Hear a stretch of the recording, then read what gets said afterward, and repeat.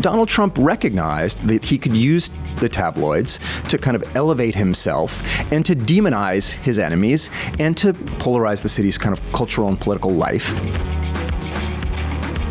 I'm Joanna Coles, and this is the Daily Beast podcast. Thank you for all your comments on our new spin-off podcast, Inside Trump's Head. If you haven't subscribed for it yet, please do. It's where Michael Wolff and I go deep into the strange crevices and the potholes of Trump's head to explore what on earth he's going to do next.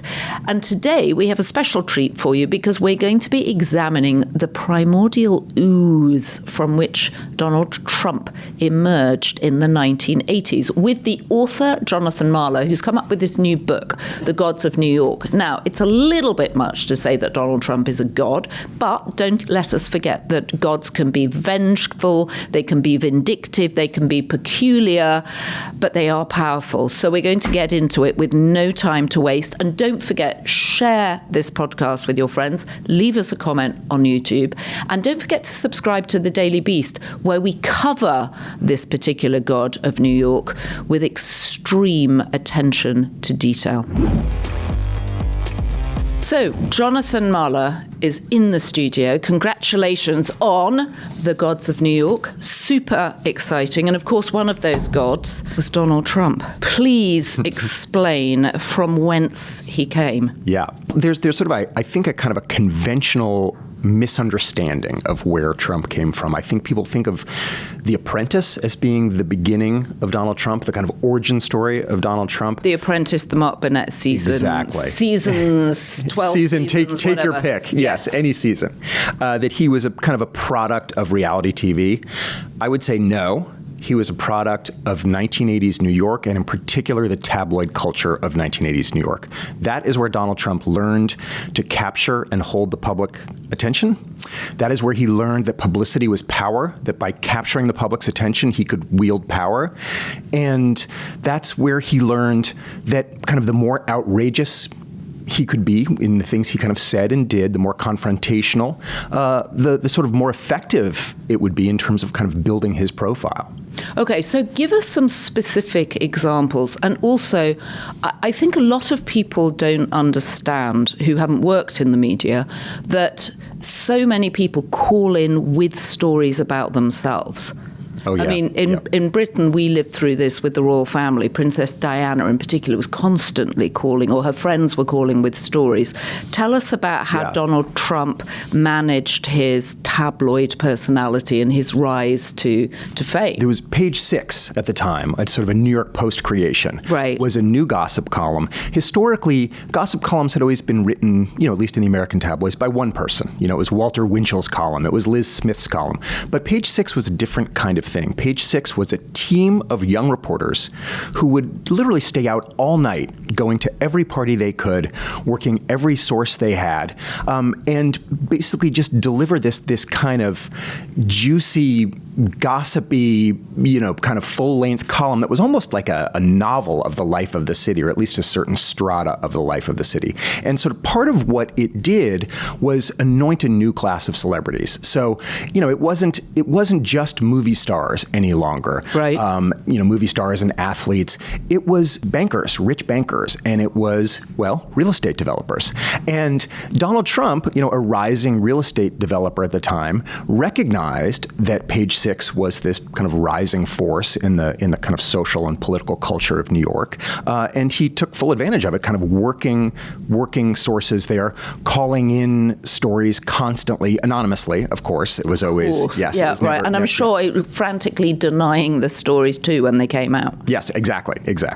So he was doing that, and the other thing he was doing was that he recognized that the tabloid, the tabloid approach to the world is almost like a comic book, right? It's a world of the tabloid turns everything into heroes and villains, and Donald Trump recognized that he could use the tabloids to kind of elevate himself and to demonize his enemies and to kind of polarize the city, polarize the city's kind of cultural and political life. So a great example of this is when the mayor of New York, Ed Koch, Trump has a kind of an ongoing feud with Koch because Koch won't give him a massive tax break and zoning waiver to build Trump Tower.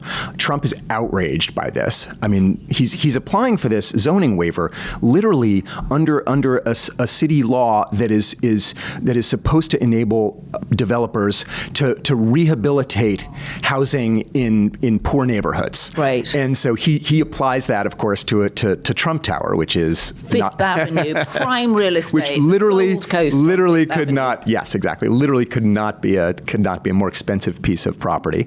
And Koch refuses to give him the break. So Trump takes him to court and vows revenge. So the way he kind of gets his revenge is the city is sort of struggling to rebuild Wollman Rink in Central Park, this old kind of ice skating rink in Central Park. Something has gone wrong, and it's kind of sitting unfinished. Trump kind of publicly humiliates and bullies Koch into turning the job over to him. He does this through the tabloids. So he's, basically issues a challenge to Koch through the tabloids, bullies him into gets the tabloids on his side so that they're literally writing editorials saying that Koch needs to do this. He needs to give control of Wollman Rink to Trump. Then when Koch ultimately has to do it because he's backed into a corner, Trump literally once a week has a press conference at Wollman Rink to report on the progress and to further humiliate Ed Koch and the city. So clever. I mean, It's such a clever thing to do. And of course, you see, it was a blueprint for what he's done to the rest of the world. But exactly. Keep going. Yeah. So really, I think the way to think about it is that what Trump does so well as a politician is build a storyline, right? So you can see it. We're seeing it now in Washington D.C., which is just it's a narrative, right? Right. And that again, I think people imagine that as being a product of reality TV. Oh, well, he learned that on The Apprentice. Well, actually, no, this is where that idea first kind of takes root in Donald Trump's mind, this idea that you can plant a seed like that, like this Wollman Rink thing, and then you can just kind of run with it, and you can run out the string literally for months on end. I mean, he was just using the media to just kind of hammer away at Koch for months, and it ultimately had a really damaging effect on Koch's political career. But you see the kind of, at the time, it was not obviously Trump wasn't thinking about this as a political maneuver. He was thinking about it as a kind of both financial maneuver and it was a power grab. It was a way to use power.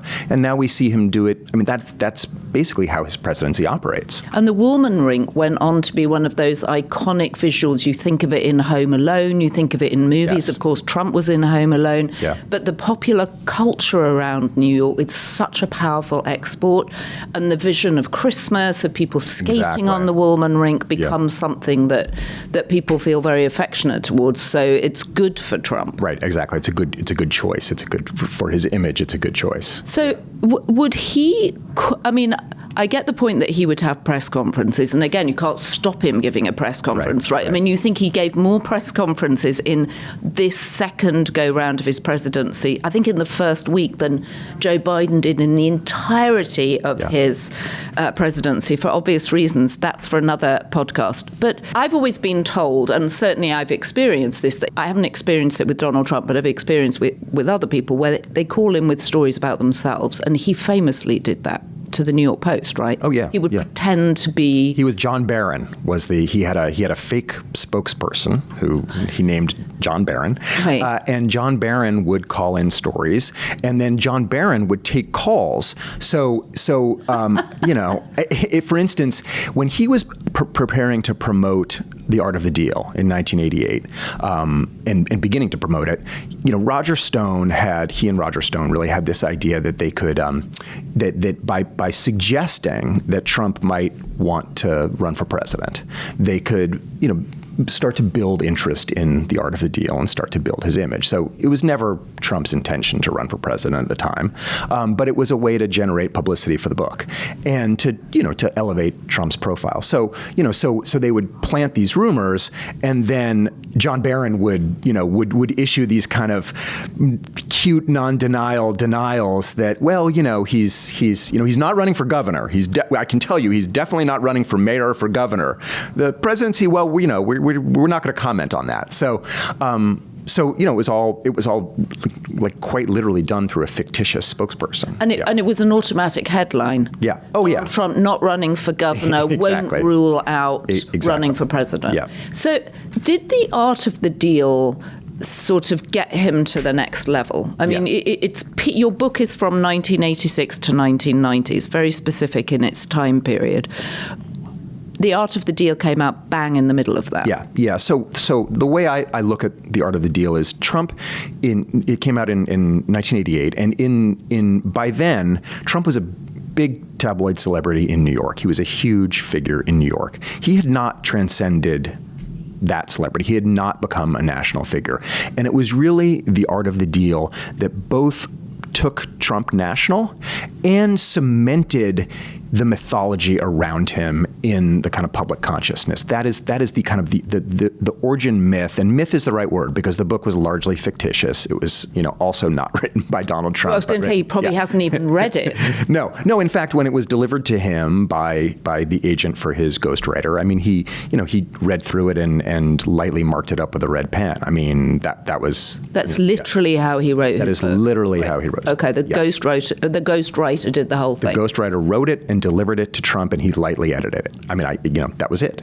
And that is where that's where the kind of the myth of Donald Trump as the kind of deal maker extraordinaire is born. So one of the things the ghostwriter does, and Tony Schwartz, and I interviewed him at length for the book, is he basically took stories took Donald Trump's failures and turned them into successes. I mean, that was that he saw that as part of his job as Donald Trump's ghostwriter. And so that book, which everyone read as being factually accurate, right. as a memoir, as a true memoir, as a true story, was where the myth of Donald Trump is as deal maker is really born.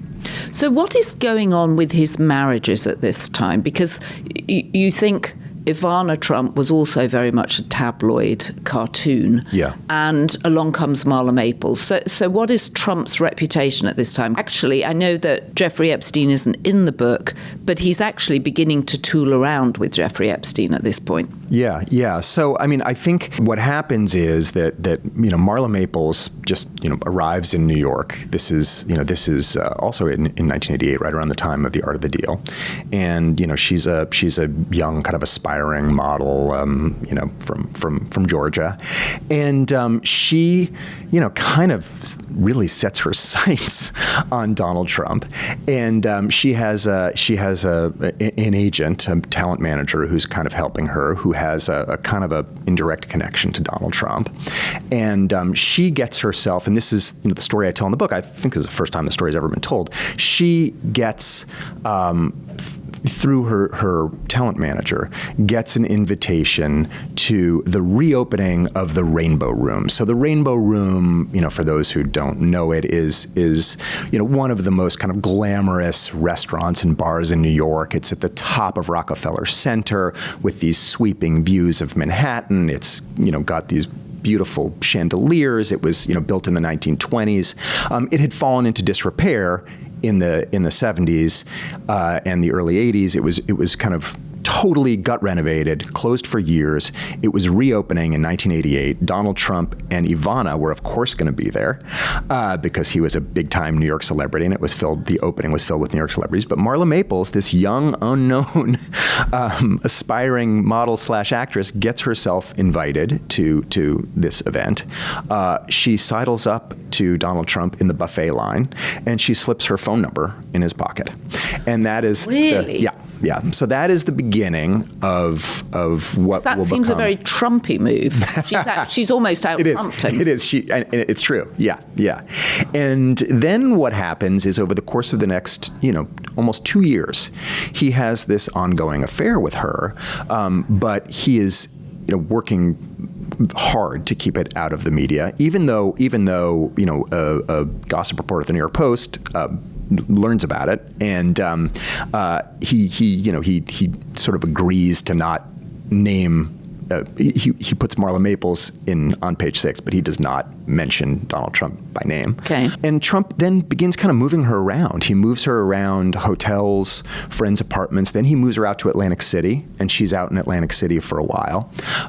And more and more people are learning about this. Right. And then it eventually explodes when in Christmas of 1989, the Trumps are vacationing in Aspen, as they do, and Trump puts up Marla Maples in Aspen as well, in her own kind of penthouse apartment, and she confronts Ivana on the ski mountain, and it becomes this just spectacular kind of tabloid story. It just blows up in the tabloids for months. Is this where Marla Maples is quoted as saying that she has had the best sex I ever had? Exactly. Yeah. Thank you. Yes. Yeah.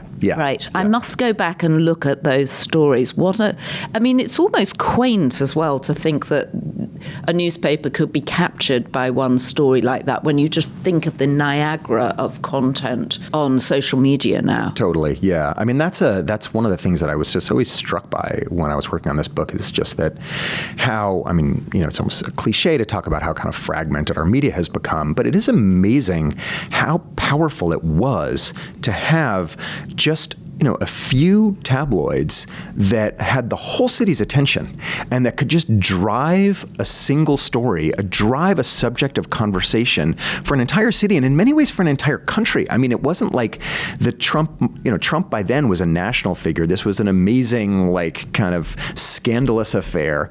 It was going to be a multi-million-dollar divorce that was going to be, so all of that was there was a famous Barbara Walters interview that Marla Maples gave. I mean, it was all a national story too. And, I think that, we no longer have that sort of media culture that keeps us all kind of focused on the same story. Although arguably Donald Trump is the one person that is able to keep focus on himself. That's right. More so than any other celebrity. That's right. Yeah. So tell us also about the Central Park 5 story, because that also is recounted in your book. Yeah, so that's I think really Donald Trump's first. That's the moment that he kind of enters the culture war. That's the moment that he becomes like an actual kind of political person. Mm-hmm. Until then, and just to briefly recap, what happens is a young woman is raped and beaten unconscious and nearly murdered in Central Park in the late spring of 1989. Some suspects are very quickly rounded up. 5 black, like black and Hispanic kids from Harlem are rounded up, are immediately charged, and are basically publicly convicted, literally in a matter of days, even hours, and so the city is at least part of the city is like really kind of calling for blood. And even as some people, particularly like a group of black leaders, are saying, like, hold on a second here. What's the evidence? Can we at least have a trial first? Even David Dinkins, who was running for mayor at the time and was trying to prove that he was going to be tough on crime, but at the same time was like, wait, well, let's, innocent until proven guilty here. But nevertheless, there's a real kind of sense of bloodlust in the city. Trump sees that, takes out a full-page ad in all of the daily papers calling for these 5 kids to be executed. And it's both a kind of, Trump playing into this desire for vengeance, and it's also a way for him to kind of criticize Koch, his old nemesis, and his management of the city. But it's this kind of shocking. People were sort of surprised. Well, what is Donald Trump doing, kind of weighing in on like this like on a kind of legal case like this? He's a businessman. Right. So it's the first kind of moment, and a couple of the tabloid columnists, Jimmy Breslin for one, was kind of appalled, couldn't believe that Trump was doing this. But it's sort of the first moment that he kind of wades into the culture war, wades into politics in a kind of meaningful and polarizing, and very importantly, obviously, polarizing way. It's also, I mean, again, it's hard to remember quite how dramatic that crime was. I was living in London at the time, and I remember hearing about it. A woman who'd gone jogging in Central Park, which was supposed to be the most sacred of places. Exactly. Yeah. And it was this astonishingly violent crime too. Yeah. So how did it all play out? I mean, we know they weren't guilty, for which he's shown no remorse whatsoever for accusing them falsely. Yeah. No, they would all be. So there was no physical evidence. I mean, it's amazing. They were convicted without any physical evidence, and they were later, I mean, many years later, exonerated. The city went back and reinvestigated the case, and look, another kind of culprit was like the actual culprit was found. I mean, it wasn't even like, well, it wasn't them, but the crime is still unsolved. It was, it's very clearly another person who had committed some rapes even before the Central Park jogger. Right. So, but you're right. It was a huge national story, and it's also another reason why it had such resonance is that there was another crime just a couple of years earlier, also in Central Park, another huge tabloid story known as the Preppy murder. Oh, yeah, I remember that story too. Yeah, so that, what's of course, going on in New York? Why is it so crazy violent? Exactly. Another young woman who was, this woman was actually, Jennifer Levin, was actually killed in Central Park, by, as it turned out, by a guy who was, she was sort of her boyfriend, and so this, and it was the same prosecutor, Linda Fairstein, who was from the district attorney's office, who did both cases. So I think part of the reason why the Central Park jogger case had such kind of resonance was that there had been the Preppy murder also in the park just a couple years earlier. So there was this sense that the city was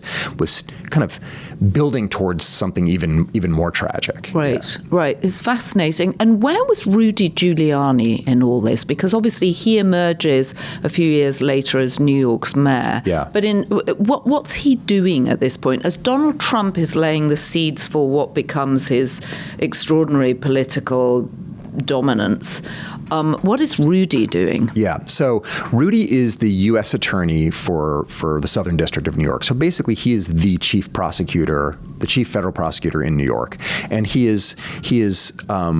It's really where Rudy, I mean, where we see Rudy kind of build his reputation for the first time. He sort of presents himself as this kind of morally righteous, the prosecutor who could have been a priest. He had thought about going into the priesthood, he liked to say. Yeah. And then he goes after the mob. He goes after a lot of kind of bold-faced names in New York: Leona Helmsley, Imelda Marcos. He goes after Koch and sort of city corruption. And he's the office of the U.S. Attorney in the Southern District is kind of a legendary position. Has produced a lot of Supreme Court justices, governors, et cetera. But it's always there's an approach to the job which is, it's you try to be understated. You win your cases in the courtroom, not in the public. Mm-hmm. Rudy kind of turned that completely on its head, had a press conference every time he made an arrest, was issuing press releases, was sort of doing everything he could to bring as much attention to himself as possible. interestingly, this is kind of a crazy thing to think about now. So Rudy then decides to run for mayor. So he runs first in 1989 and loses. Then he obviously goes on to become mayor 4 years later. But in 1989, he decides he's going to run for mayor. And Donald Trump wants to support him. Trump wants to, as I've said, he has this ongoing feud with Koch. He wants to see Koch lose. So he gets behind Rudy. And then the Central Park 5 case happens, and Trump takes out that ad, and suddenly he becomes this, very polarizing figure. Rudy is having a big fundraiser at the Plaza Hotel, and he's already put Donald Trump on the kind of fundraising committee. It's too late for him to kick him off, but he's concerned that I don't want to be seen with Donald Trump. He's now this polarizing guy in the city. He called for the execution of these 5 black kids, and so Rudy's press people kind of get together before the fundraiser, and they say, well, we can't, we can't kick Trump out, but we got to make sure that Rudy's doesn't get his picture taken with Donald Trump. Oh, how hilarious. Wow. The tiny little vignettes which just drip, drip, drip up to where we are now. It's just fascinating to hear the roots of what we're seeing now writ large. I read that you decided to write the book because you covered the Trump campaign in 2016 and decided to go back and try and understand where he came from. Is that right? Yeah. So I was assigned to the campaign in 2016 at the Times where I work, but I wasn't covering candidates. I was just sort of writing longer stories about kind of digging back into some of the candidates' past. And because I had written a book about New York in the 1970s called Ladies and Gentlemen, The Bronx is Burning, I was sort of a journalist and a New York historian, I guess you could say. And so I was kind of gravitated toward Trump in the 80s, and I wrote a piece about his relationship with Roy Cohn. I wrote a piece about the Justice Department's lawsuit against him and his father for refusing to rent apartments to black people. And I just kind of got interested in, I didn't want to write a book about Trump, but I got interested in that whole period of time, which, was his crucible, but it also was just a crazy time in the life of New York City, and a kind of transformative time. It's when the city really kind of shifted its access from the kind of working class to Wall Street, and to sort of finance and real estate. And so really when it became the modern city, that kind of happened in the 1980s. So I kind of discovered that it was like a really interesting lens to see the city's kind of evolution through. And it's a bit like a non-fiction version of, I was thinking of there's been so many good novels written about that time. I mean, Bright Lights, Big City by Jay McInerney, Tom Wolfe's The Bonfire of the Vanities. This feels a little bit like a non-fiction vanity. Yes, that is Bonfire of the Vanities. Exactly. That is like how I often will characterize it, as the non-fiction Bonfire of the Vanities. Which is irresistible. I couldn't put that book down. When Bonfire of the Vanities came out, I was actually on safari in Africa. I was being driven around, and there were all these incredible animals, and all I did was have my nose in that book, and also the movie Wall Street too, which was again the books that were huge. Well, books and movies, culture, are hugely important for setting a new version of New York in the global imagination. Exactly, and that's I mean, Wall Street, yes, another very good example. And of course, the sort of the famous kind of greed is good, Gordon Gekko, borrowed from Ivan Boesky.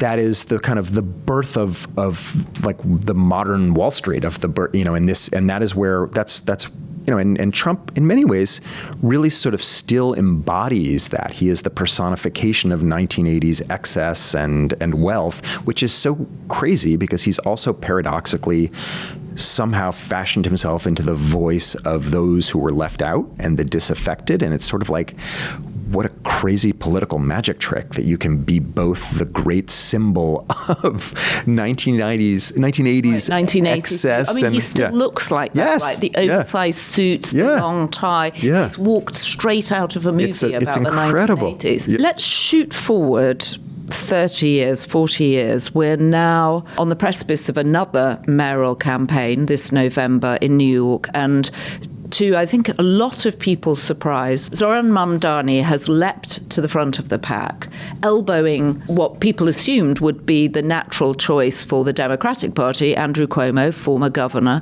out of the way. How do you explain that? Because in the book, and when you've been talking about the book, you've said that he's now the natural extension of all this. Yeah. I mean, I think you can just connect the dots pretty directly between 1980s New York and Mamdani's campaign. His entire campaign is built around the affordability crisis in New York. That is what he is about, that the city has become unaffordable to too many people. And the roots of that unaffordability crisis are in 1980s New York. What happened here in New York in the 1980s was that the old working class city that was this kind of booming, middle-class metropolis after World War II. Automation had kind of hollowed out the economy. All the factories had closed down or moved out of the city. There was nothing here in the 1970s. There was no economy in New York. Then, all of a sudden, in the 1980s, this whole new economy springs to life, and it is an economy that is not built around the working class, is not built around good, steady jobs for kind of middle-class New Yorkers. It is built around Wall Street and finance and real estate and all of the kind of adjacent, what are known as kind of knowledge industries. And then what happens over the subsequent years is that much of that class gets kind of richer and richer, while the part of the city that was kind of left out from the beginning, so either the kind of the non-college educated New Yorkers, or increasingly the college educated New Yorkers who just don't happen to work in finance or in real estate, are finding themselves unable to afford the city. And that just gets kind of worse and worse. And I think a good, an important moment along the way is, of course, when Mayor Bloomberg, a billionaire, refers to the city in 2003 as a luxury product. New York has become a luxury product. And that's what Mamdani is responding to, the fact that New York has become a luxury product, that has become unaffordable to too many people. So to me, his rise was both surprising, because he did, as you say, come completely out of nowhere. But once it began, you could see exactly why. I mean, it makes perfect sense, right? That this is a backlash against the direction that the city has been evolving in for decades now. And his command of social media is very similar to Donald Trump and then Rudy Giuliani's command of the tabloid press. Exactly. That's where he's come from. Exactly. So there's that similarity, which is really important to highlight. And then the other similarity that's important to highlight is that, in the same way that Trump and, Bernie Sanders, for that matter, spoke to a kind of a disaffected, voiceless population. That is what Mamdani's doing as well. I mean, obviously he's delivering a very different message, but it's this. But in a sense, it's also a sort of the system is rigged against you message. And politician as celebrity. I mean, to me, he seems like a political creator. I'm dying to interview him. We've asked him, and hopefully we'll interview him next month. But what he's been so skilled at doing, like Donald Trump, is communicating his message. Totally. And whether or not he can deliver is different, but he's a brilliant communicator. Exactly. And it's amazing to watch all the kind of money flowing into the Adams campaign and the Cuomo campaign. And it is like the Trump situation, right? Where it's just with Kamala, where there's all the money flooding into the Democratic Party, and it's like it kind of doesn't matter. Like, right, because they're trying to maintain the status quo. Yeah. And Mamdani has he's kind of won the city over, or enough of the city already. So you feel like people are just kind of setting their money on fire at this point. But yeah. So if you're a gambling man, shoot forward to November, who do you think wins the race? Oh, I think Mamdani does for sure. I mean, I just think he's. I may live to regret making that prediction, but I just feel like, barring some kind of unimaginable scandal, it just seems like he's got enough support already, and every attempt to kind of take him down seems to just backfire. So, yeah. If you were to predict what happens to Donald Trump at this point, knowing what you know, and having watched his ups and downs over the years, where do you think this goes for Donald Trump? Oh my gosh, that is so hard because it's, I think everyone felt, I certainly felt that it was kind of over in 2020 for him. And obviously, I couldn't have been more wrong. Well, New Yorkers are resilient, right? That's one of the characteristics of being a New Yorker. Yes, actually. And yet another skill I would say that he learned in 1980s New York that he has put to great effect is that he's shameless is the word for it. He is not, and he has used that shamelessness as a kind of armor. So he is. I think one way to think about it is like if you act bulletproof, you are bulletproof in a way, right? So I feel like he just, he just keeps going. So even when he was engulfed, also a New Yorker, exactly, just keep going. Yes, just keep going. Exactly, just survive. Just keep going. So yeah, so it's obviously you certainly can't bet against him.